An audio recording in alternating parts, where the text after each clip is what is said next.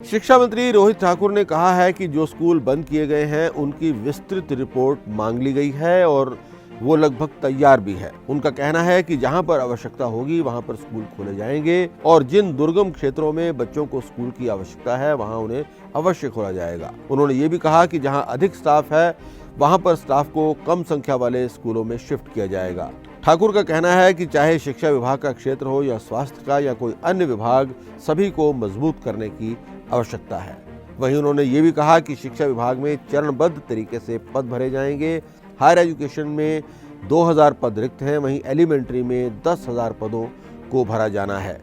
इसके लिए 1 महीने का समय भी दिया गया है। उन्होंने कहा कि कैबिनेट में अन्य पदों की स्वीकृति लेने के लिए प्रक्रिया जारी है। उन्होंने ये भी कहा कि राजीव गांधी बोर्डिंग हो या अटल बिहारी वाजपेयी बोर्डिंग स्कूल, मकसद है शिक्षा को अच्छा बनाना और बच्चों को बेहतरीन शिक्षा उपलब्ध करवाना।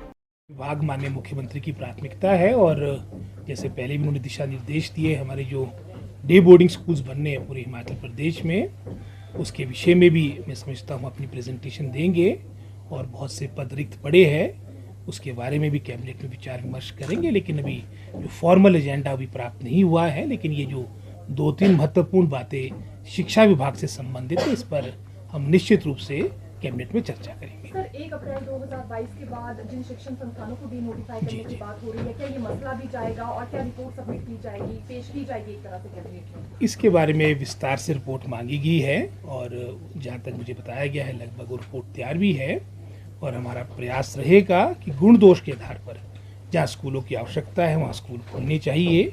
लेकिन मेरा व्यक्तिगत मानना ये कि आज के समय में विशेषकर अगर शिक्षा विभाग की बात करें, आज हमें जो ऑलरेडी आपके खुले हुए शिक्षण संस्थान हैं उनको सुदृढ़, उनको स्ट्रेंथन करने की आवश्यकता है और जो हमारा मैं समझता हूँ जो आपके एजुकेशन सिस्टम में प्रदेश में उसको और बेहतर हो सके, जो आपके पद रिक्त पड़े हैं वो भरे जाए, ये सरकार की पहली प्राथमिकता। और गुण दोष के आधार पर जहाँ जस्टिफिकेशन बनेगी तो वो स्कूल खुले, उसमें हमारी कोई आपत्ति नहीं होगी। सर, ट्रांसफर पॉलिसी को लेकर शिक्षकों की ओर से ये मांग उठाई गई है, विशेष तौर से टीजीटी कला संघ ने ये कहा है कि इस पॉलिसी को बनाने से पहले उनके सजेशंस भी लिए जाएं। सर, क्या कुछ ऐसा होगा? हमारी सरकार हमेशा सकारात्मक है, उनके सजेशन भी लिए जाएंगे और निश्चित रूप में जो पॉलिसी आएगी वो हमारे प्रदेश के हित में होगी, हमारे विभाग के हित में होगी और विशेषकर क्योंकि शिक्षा विभाग बहुत ही महत्वपूर्ण विभाग है जिसके माध्यम से आने वाली मैं समझता हूँ हमारी पीढ़ी, जनरेशन, उनका भविष्य सुरक्षित हो सकता है। इस ओर हमारी सारी जो आपकी वैकेंसीज वो फिलअप हो, ऐसी नीति बने। आपकी जहाँ पर सरप्लस स्टाफ है युक्तिकरण के माध्यम से, जहाँ पर आपका स्टाफ का अभाव है उन क्षेत्रों में भेजा जाए, ये सरकार की प्राथमिकता रहेगी। सर, जो छात्र संगठन चुनाव है हिमाचल प्रदेश विश्वविद्यालय में बहुत लंबे समय से वो नहीं हुए हैं, हालांकि ये पहले भी मुद्दा बनता रहा है। एनएसवाई ने भी डिमांड की थी कि छात्र संगठन चुनाव होने चाहिए। क्या सरकार इस दिशा में कोई प्रयास करेगी या जो सिस्टम चला है उसको ही अडॉप्ट ऐसे किया है? अभी इस बारे में कोई ऐसा विचार हुआ नहीं है। अभी तो फिलहाल जो सिस्टम बना हुआ है वही चला हुआ है और आगे भविष्य की गर्व की बातें हैं। वर्तमान में तो वही है जो सिस्टम हमारा बना हुआ ऑलरेडी।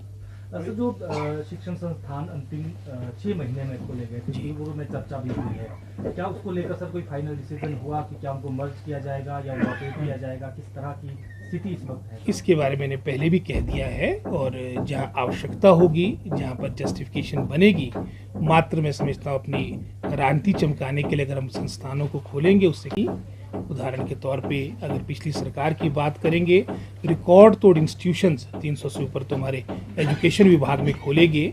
इसी तरह से चाहे वो रेवेन्यू डिपार्टमेंट था, चाहे वो आपका हेल्थ डिपार्टमेंट था, रिकॉर्ड तोड़ आपके संस्थान खोलेंगे। लेकिन उसका कितना लाभ मिला, कितना नहीं मिला, लगभग एक आध को छोड़ के पूरा मंत्रिमंडल ही बाहर हो गया।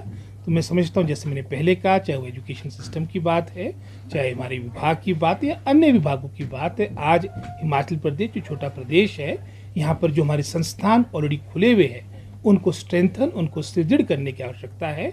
अपितु मैं समझता हूँ इसका तो अंत कोई नहीं होगा।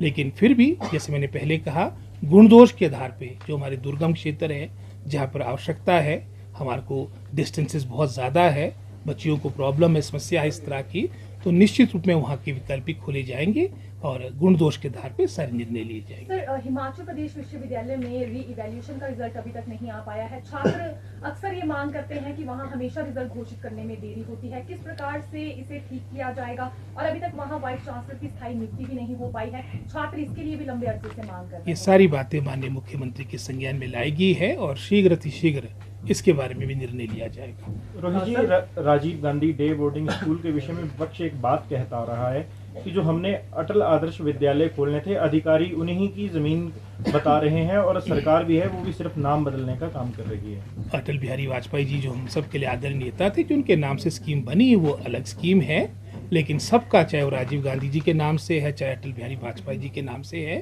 सबका एक ही उद्देश्य है, एक ही मैं समझता हूँ मोटिव है कि हमारे ऐसे स्कूल्स हमारे क्षेत्रों में स्थापित किए जाए जो लेटेस्ट हमारे को, मैं समझता हूँ आज के समय में जो हमारे को बेस्ट एजुकेशन मिल सकती है अपने गवर्नमेंट सेक्टर में, उस सोच के साथ माननीय मुख्यमंत्री ने ये Rajiv Gandhi day boarding school का, मैं समझता हूँ, अपनी फ्लैगशिप प्रोग्राम प्रारंभ किया है और निश्चित रूप में आने वाले समय में आपको इसके सकारात्मक रिजल्ट देखने को मिलेंगे। क्या एडिशनल फैसिलिटीज जो है Rajiv Gandhi day boarding schools में दी जाएगी? क्या इंग्लिश मीडियम स्कूल्स जो है एचपी गवर्नमेंट शुरू करेगी?